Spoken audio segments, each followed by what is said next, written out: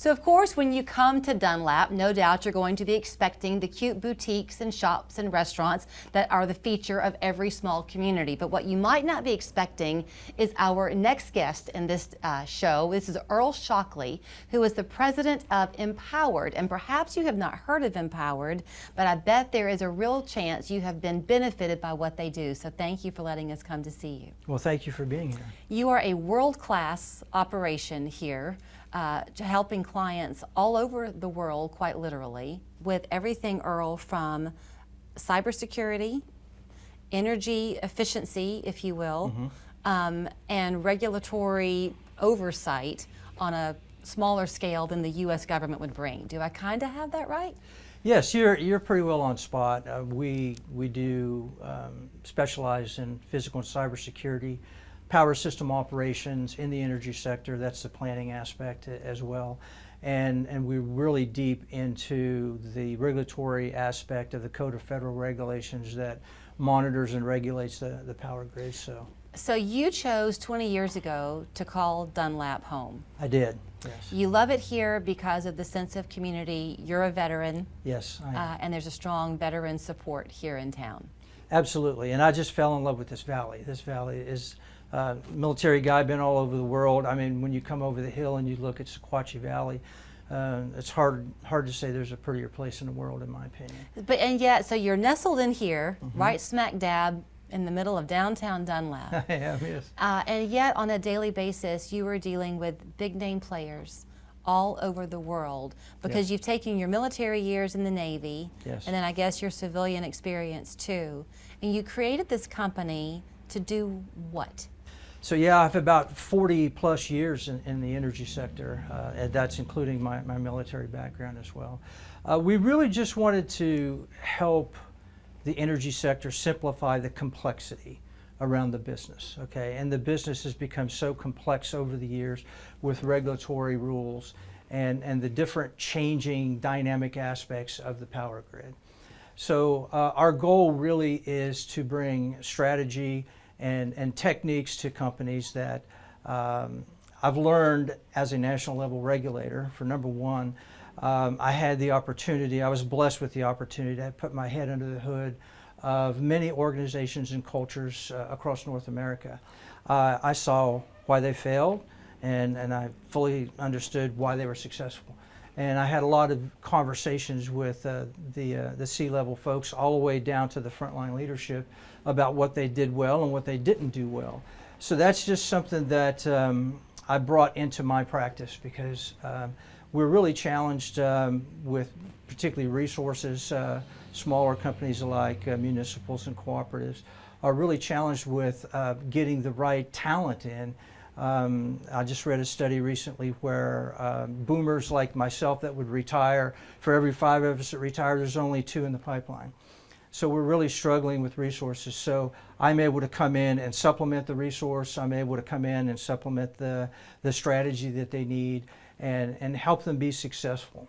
You say this as if it just rolls off of your tongue because it's what you do every day. I'm trying to really ingest it all. Sure. You said something to me earlier, and did I hear you correctly that some years back, I don't remember when, you were able to be part of this national effort to make some changes, right, in the industry?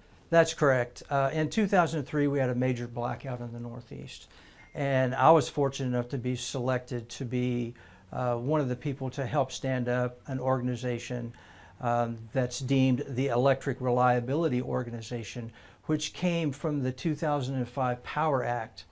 And the NERC, which is the North American Electric Reliability Corporation, was certified as the ERO. I was one of the early members to help build the strategy around developing regulatory rules and monitoring those for compliance. And because I had a background and I am a certified root cause analysis instructor, I really fell into the role of leading blackouts, national level blackouts. So I had told you that not many of us will go back to remember necessarily 2002, but just this past Christmas we had those freezing cold temperatures. An awful lot of us had our Christmas Eve lights flickering on and off because of that extreme cold. The work that you do in dealing with the cooperatives and with NERC does that help prevent total blackouts again? Well, I don't think there's ever a silver bullet, right? Because we are human and we're fallible. But yes, what it does is it puts strategy in place. In 2011, we had a major cold snap in Texas, and I led that investigation. Unfortunately, in 2021, and then this recent Storm Elliott, the same recommendations that came from my blackout in 2011 are the same things that are challenging the industry today. And it really is, so there's a precedent set there, and one of the things we can do better as an energy sector is learn from our lessons and implement the lessons learned that come from these, right? We haven't done that very well, but now we're starting to pay more attention because we're seeing that not only is the freezing happening in Texas, it's happening elsewhere as well. So we help with the strategy around how to implement that and how to implement the rules that are coming from that, because every time we have a major incident like this, we get a deeper regulation. It was not lost on me when we parked the car this morning that right across from you is a historic marker for the old coke mines that were here. So energy changes over the years. Are you looking to new changes in the way we consume our energy in the years to come? Absolutely. That's one of the biggest changes, the changes in resources. When I was a system operator, we had a lot of nuclear, a lot of coal, a lot of hydro, and we ran from that aspect. They're retiring a lot of the coal plants now. There's a lot of replacement with solar and wind farms. We work a lot with those. And to integrate those into the power grid is a challenge because they're not as dynamic as like the coal plants and the nuclear plants.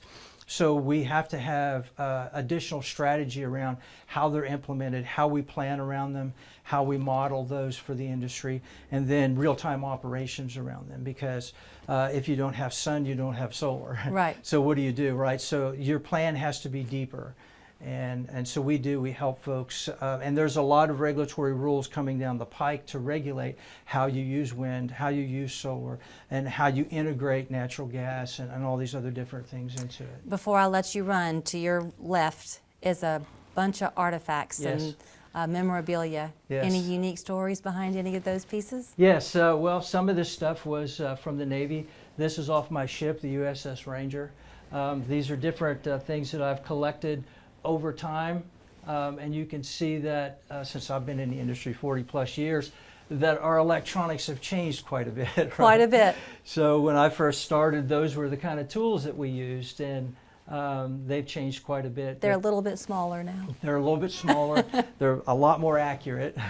Well, Earl, thank you for letting us step into your world. Absolutely, I appreciate it. Thank you. You would have never known they were here in Dunlap, Tennessee, but this is home for him, and he is very glad to be here. It's called InPowerd. Their contact information, their website is there on your screen should you want to look up more information about what they do, keeping us all safe.